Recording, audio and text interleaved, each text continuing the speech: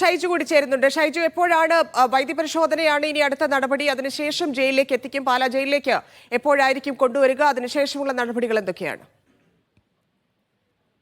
തന്നെ 6 മണി വരെയാണ് പോലീസ് കസ്റ്റഡിയിൽ വിട്ടിട്ടുള്ളത്. പോലീസ് കസ്റ്റഡിയിൽ വിടുമ്പോൾ തന്നെ ഈ കേസുമായി ബന്ധപ്പെട്ട ഏതെങ്കിലും തരത്തിൽ മൊഴി രേഖപ്പെടുത്തേണ്ടതോ അന്വേഷിക്കേണ്ടതോ ചോദ്യം ചെയ്യേണ്ടതോ ഉണ്ടെങ്കിൽ ആ പോലീസ് അക്കാര്യങ്ങൾ നടത്തട്ടെ എന്നുകൊണ്ടാണ് മജിസ്ട്രേറ്റ് ഇന്ന് 6 മണി വരെ പോലീസിന്റെ കസ്റ്റഡിയിൽ വിട്ടുകൊണ്ട് 14 ദിവസത്തേക്ക് കോടതി റിമാൻഡ് ചെയ്തിട്ടുണ്ട്. സ്വാഭാവികമായും പോലീസ് നടപടി പൂർത്തിയാക്കിയാൽ അത് കോടതിയെ അറിയിക്കുക എന്നൊരു നടപടിക്രമമുണ്ട്.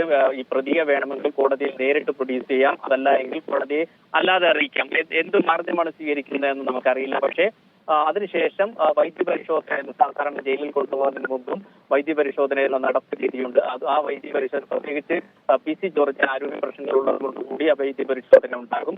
ആ വൈദ്യപരിശോധനയ്ക്ക് ഇനി എല്ലാം പാല കേന്ദ്രീകരിച്ചാവും ഉണ്ടാകുന്നതാണ്. കാരണം പാല സബ് ജയിലിലേക്കായിരിക്കും അദ്ദേഹത്തെ കൊണ്ടുപോകുന്നത് എന്നതുകൊണ്ട് പാല താലൂക്ക് ആശുപത്രിയിലായിരിക്കും അദ്ദേഹത്തെ വൈദ്യപരിശോധനയ്ക്കായി എത്തിക്കുക.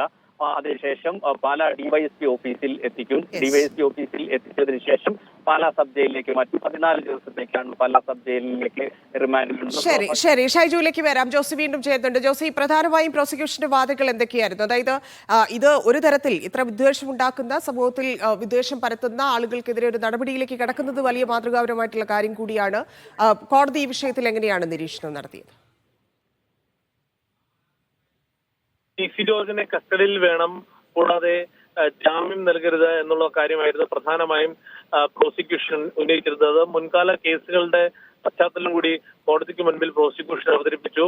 മുമ്പുള്ള കേസുകളിൽ സമാനമായ രീതിയിലുള്ള ചില വിദ്വേഷ പരാമർശങ്ങൾ PC ജോർജ് നടത്തുകയും ജാമ്യം ലഭിച്ച ശേഷം വീണ്ടും അത്തരം നടപടികൾ തുടർന്നതായും പ്രോസിക്യൂഷൻ ചൂണ്ടിക്കാണിച്ചു. ഇക്കാര്യങ്ങൾ അടങ്ങിയ സമഗ്രമായ ഒരു റിപ്പോർട്ട് നൽകാനാണ് പിന്നീട് ആദ്യഘട്ടത്തിൽ പോലീസിനോട് കോടതി ആവശ്യപ്പെട്ടത്.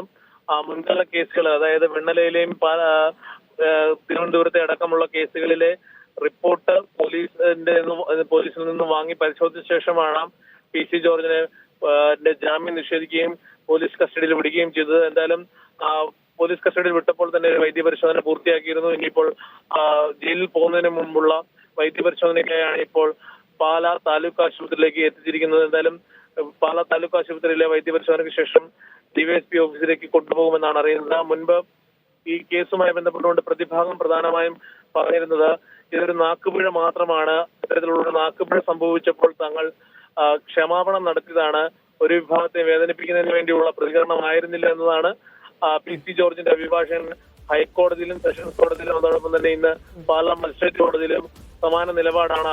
പക്ഷേ ഈ നേരത്തെ രജിസ്റ്റർ ചെയ്ത കേസിന്റെ റിപ്പോർട്ടുകൾ അടക്കം പോലീസ് ഹാജരാക്കി അല്ലേ?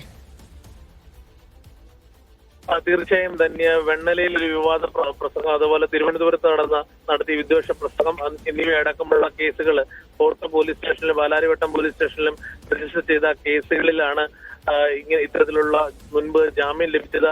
ആ കേസുകളുടെ ജാമ്യ അപേക്ഷയിലെ വ്യവസ്ഥകൾ അല്ലെങ്കിൽ ജാമ്യം ലഭിച്ചപ്പോഴുള്ള വ്യവസ്ഥകളടക്കം ഇന്ന് കോടതിയിൽ ഹാജരാക്കിയിട്ട് ജാമ്യ ഉത്തരവുകളടക്കം കോടതിയിൽ ഹാജരാക്കിയ ശേഷമാണ് കോടതി PC ജോർജിന്റെ ജാമ്യം തള്ളുകയും PC ജോർജിനെ പോലീസ് കസ്റ്റഡിയിൽ വിട്ടതും. എന്തായാലും മാർച്ച് 10 വരെ PC ജോർജ് ജുഡീഷ്യൽ കസ്റ്റഡിയിൽ പോകും. പാലാ സബ് ജയിലിലായിരിക്കും PC ജോർജിനെ പാർപ്പിക്കുക. അതിനിടെ PC ജോർജിന്റെ അഭിഭാഷകൻ 2 ദിവസത്തിന് ശേഷം കോടതിയിൽ ജാമ്യാപേക്ഷ നൽകുമെന്നും അറിയിച്ചിട്ടുണ്ട്. ധന്യവാദം.